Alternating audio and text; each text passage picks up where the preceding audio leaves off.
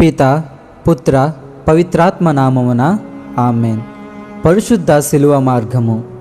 9వ స్థలము. యేసు ప్రభువు 3వసారి శిలువ క్రింద పడుట. జేసుక్రీస్తువా మిమ్మునారాధించి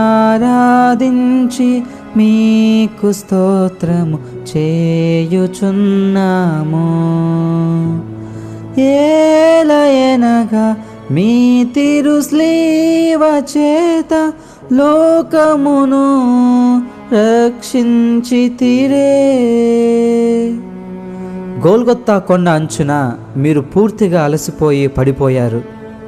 మన జీవితంలో ఇక ఆశ లేదు, దేవుడు కూడా మనల్ని విడిచిపెట్టాడు అనుకున్నప్పుడు మీ పట్టుదల మాకు దారి చూపిస్తుంది.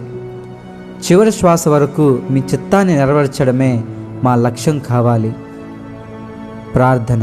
ఓ అతి పరిశుద్ధుడు అయిన యేసు ప్రభువా, మా పాపముల భారమును తొలగించుటకు మీరు అనుభవించిన ఈ శిలువ యాత్రను మేము భక్తితో ధ్యానించుచున్నాము. ఈ ధ్యానము ద్వారా మా హృదయాలను మార్చుకునే వరమును, మా శిలువను సంతోషముతో మోసే ధైర్యమును మాకు ప్రసాదించండి.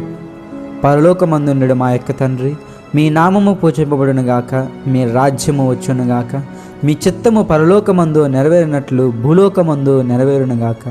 నానాటికి కావలసిన మా అన్నము మాకు నేటికివ్వండి.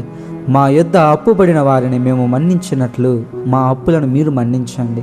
మమ్ము శోధన యందు ప్రవేశింపనివ్వక కీడుల నుండి మమ్ము రక్షించండి స్వామి. ఆమెన్.